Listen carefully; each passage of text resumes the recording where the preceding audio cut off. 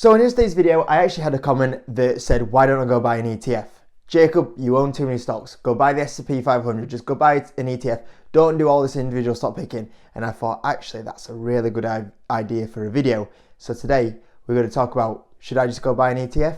Hope you enjoy it. Let's get this education video started. So yesterday when I did my UK portfolio review, I had a couple of comments on the video saying, one of them from Charles Brown saying, with the amount of stocks you have, surely you're just better off buying a couple of ETFs.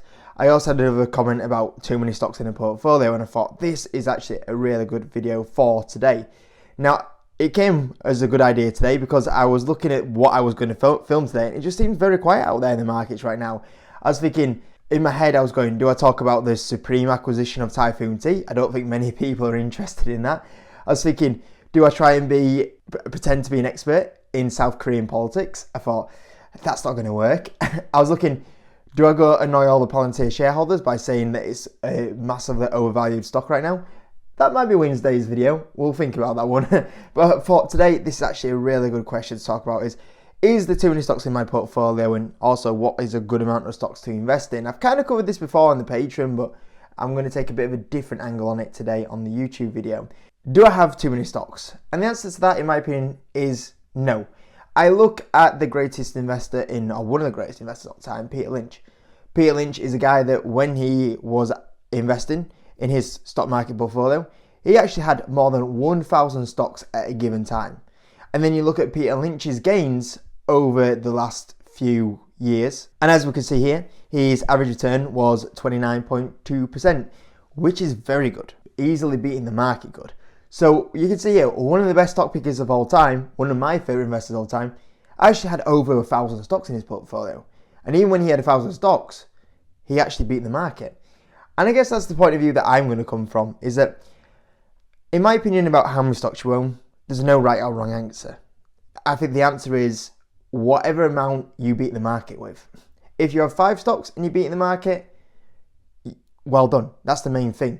If you've got 1,000 stocks and you beat the market, well done. That's the main thing. I think that's the aim. If you're beating the market, who cares how many stocks you've got? Now, realistically, I personally do think you want to be somewhere between the 15 to 35. So I'm kind of going against what I just said there, but in my opinion, at 15 to 35, in my opinion, is a good point where you're diversified. And also that at that amount, I could keep up with my stocks. I can go every year, I could go and listen to every conference call they do, every earnings report I can read, I can stay on top of about that many stocks. And that's, for me, the main thing is where the amount that you're comfortable keeping on top of them. And that's probably why Peter Lynch was okay with that amount of stocks, because I'm sure he was able to keep up on top of all those stocks. He would have done it for a full-time job. He would have people under him, helping him as well. So I guess that he would have had a good understanding. And I think that's the most important thing, is that I think you can hold as many stocks as you can, as long as you're able to keep up to them. I think if you're at a point where you're missing an earnings report, you're not having your full attention, you're missing news stories, I think that's where you probably own too many stocks.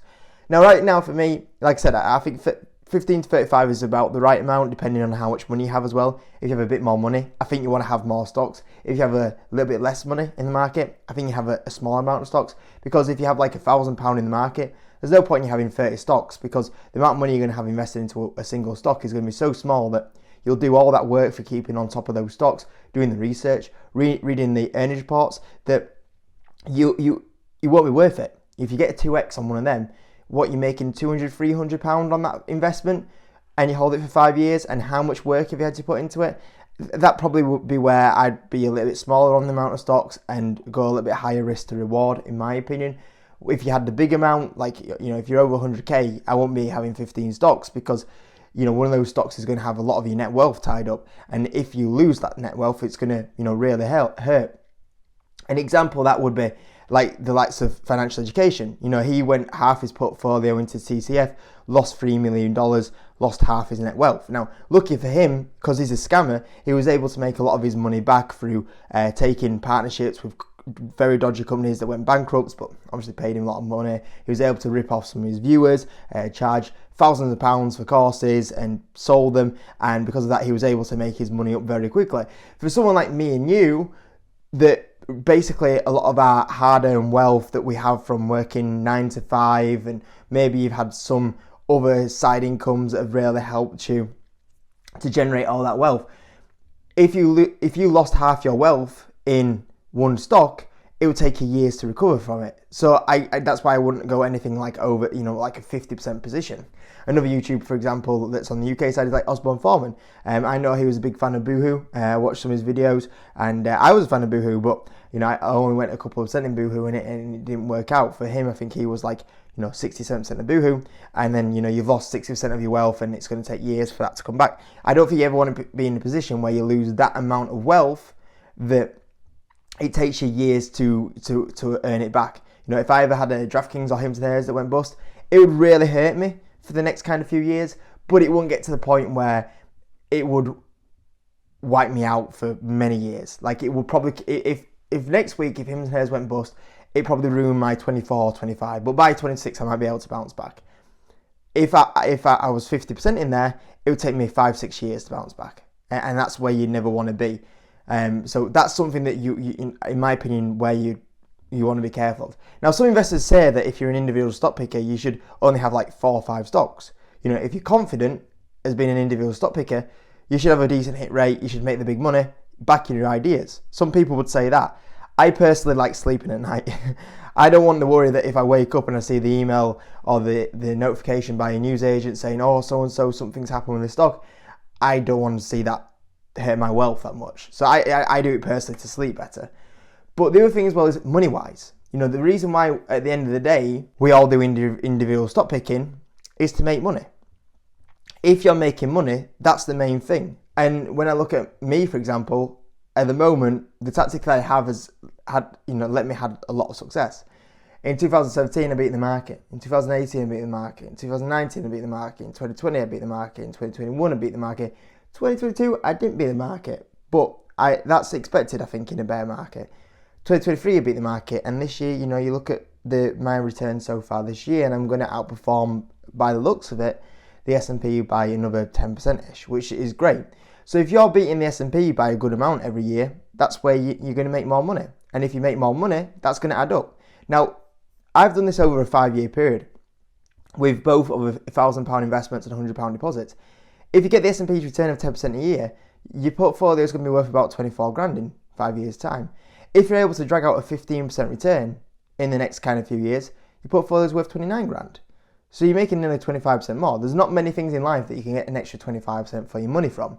And by the way, that's 5 years' time.